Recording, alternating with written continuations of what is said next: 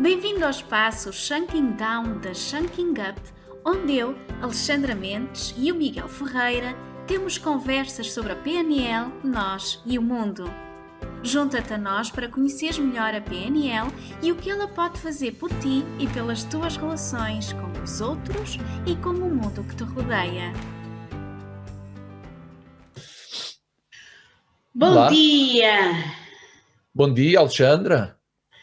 Bem-vindo a mais um episódio Chunking Down, onde nesta segunda temporada estamos a explorar os pressupostos da programação neurolinguística.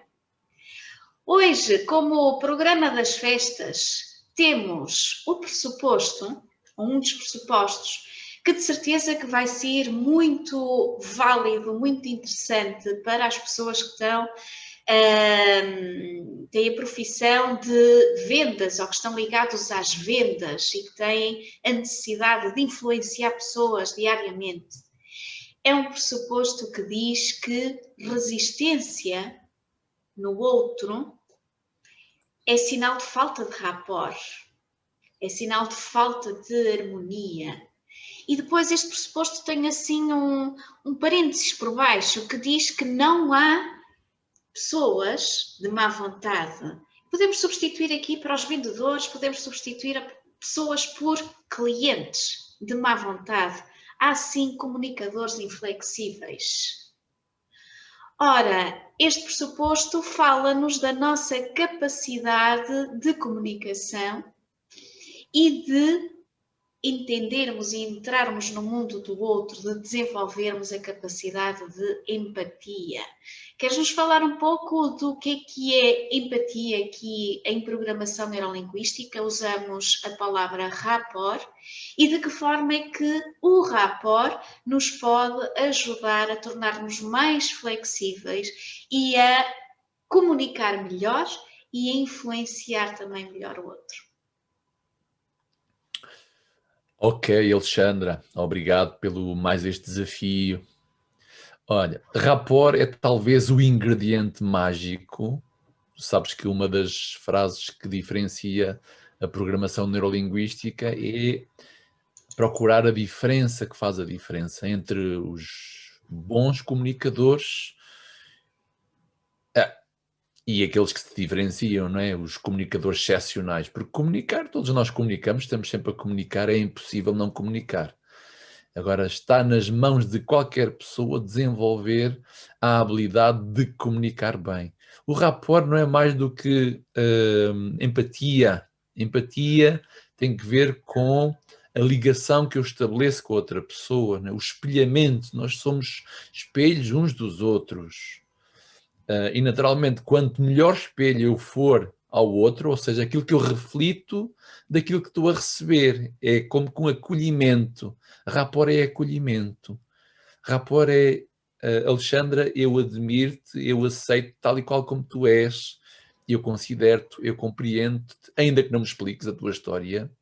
É aceitar, é espelhar, é o conseguir ficar agradado com a presença do outro. Agora, aqui a questão que se coloca é o que é que me impede de desenvolver esta competência, esta habilidade de empatia ao outro, não é? O que me impede são os meus próprios padrões automáticos, muitas vezes eles suscetíveis a certas reações, a certos tons, a certos estímulos visuais, a certas formas de ser, não é? E quando à minha volta há certas coisas que de todo eu não consigo aceitar, isto vai criar em mim resistência pessoal, vai criar em mim uma certa instabilidade, um certo incómodo, e logo eu reajo ao outro, reajo ou afasto-me, logo crio uma certa resistência, porque todos nós nos estimulamos uns aos outros através dos sentidos, da comunicação que vamos expressando, não é?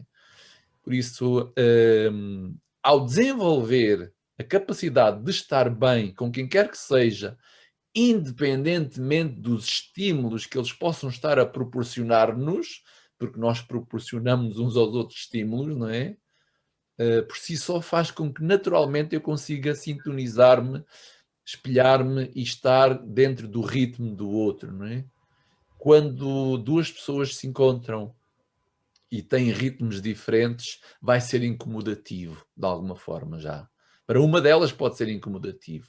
E basta ser incomodativo para uma das pessoas para que essa própria possa reagir ou não, ou ficar paralisada, e que possa também incomodar o outro. Eu estou a dar aqui um bocado a estratégia subjetiva de como é que nós nos influenciamos uns aos outros e de que forma é que eu posso criar impacto positivo com as pessoas à minha volta, encontrem-se elas como se encontrarem, porque é muito fácil desenvolver empatia, ligação com alguém que está bem, que está feliz, que está contente, não é?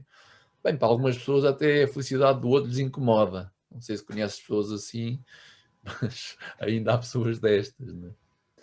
Basicamente é isto, rapport tem que ver com o espelhamento, os neurónios espelhos. Eu estou a espelhar o outro e a dizer sim, és bem-vinda, sim, és ok pela maneira como estás, independentemente que não estejas bem, eu estou aqui contigo.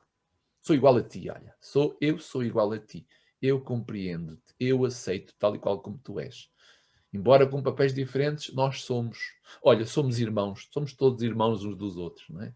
Os cristãos vão gostar de me ouvir agora. Eu vou querer explorar a questão do espelhamento, mas antes de lá chegar, quero-te falar da forma como habitualmente nós lidamos com as reações do outro quando comunicamos.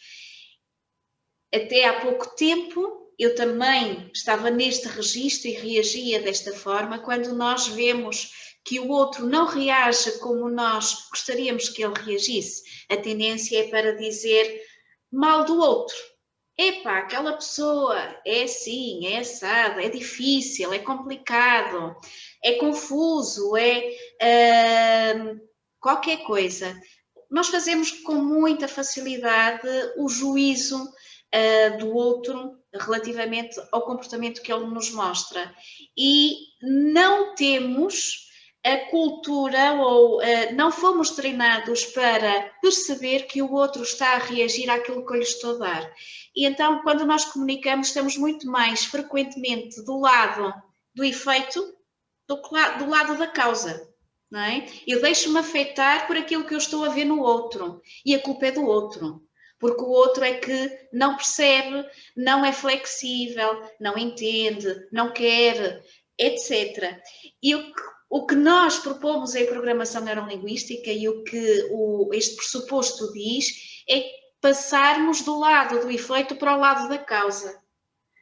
E isto tem a ver com outro pressuposto que também já explorámos nas nossas conversas, não é? Que o resultado,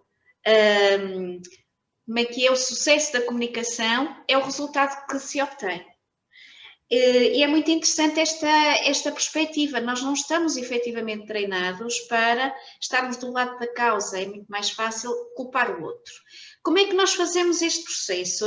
Esta consciencialização,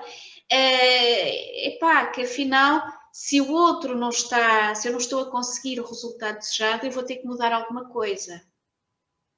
Esta mudança de mentalidade não é uma coisa automática, não é assim tão imediato. Como é que nós podemos treinar esta habilidade?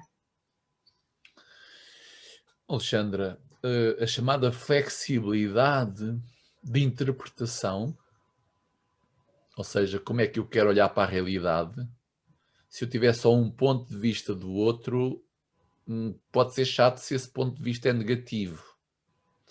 Se eu tiver 2 pontos de vista do outro, já posso ter uma escolha, ficando assim no dilema, não é?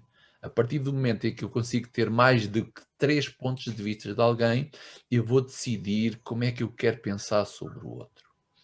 Agora, para que eu possa fazer isso, primeiro eu preciso de começar a compreender-me a mim próprio, o que é que me incomoda nos outros e que eles até nem sabem, e que é problema meu, e quando eu começo a fazer isto, a encontrar-me comigo e a encontrar as minhas suscetibilidades, as minhas vulnerabilidades, aí eu começo a ficar no lado da causa. Há aspectos em mim que fazem com que perante algumas situações eu me sinta incomodado. Normalmente eu passo assim essa expressão. A vida é um teste. A vida dá-te experiências e tu vais testando as situações e vais dando conta como é que tu te sentes com ela, não é? Claro que todos nós estamos muito mais programados ou educados a coisas agradáveis, a coisas que me satisfaçam, não é? Só que a vida é tão generosa que dá-me de tudo. Dá-me aquilo que eu quero, se fizer por isso, porque se não fizer também não me dá, e dá-me coisas que eu não quero. Agora, quem sou eu para não querer coisas que não dependem de mim? Quem sou eu para não querer que chova? Quem sou eu para não querer que a minha esposa reclame sobre mim ou que me critique? Quem sou eu, não é? Quem sou eu? O eu é o egocentrado, não é? Quanto mais egocentrado eu estou apenas na minha perspectiva, mais cego de percepção vou estar e vou reagir à realidade. O que é que isto implica? Podemos desenvolver isso quando nos desdobramos e conseguimos colocar no lugar do outro. Na tal famosa segunda posição perceptiva. Rapport, empatia, pôr-me na pele do outro e pensar como ele pensa, valorizar como ele valoriza, sentir como ele sente e talvez se soubesse como é que foi a vida dele até aqui, conseguisse compreendê-lo melhor e aceitá-lo. O problema é que nós dependemos muito da reação dos outros para nos sentirmos bem. Quanto mais eu dependo disso, mais vai oscilar o meu estado de receptividade ao outro. Não é? À medida que eu me dou conta disso, e mesmo esta própria conversa que estamos a ter, nós já nos estamos a colocar do lado da causa. Eu não ando ali fora a reagir ao mundo e a dizer, ai, que bom, ai, que interessante, ai, gosto tanto, ai, adoro. Até isto nem é bom, não é?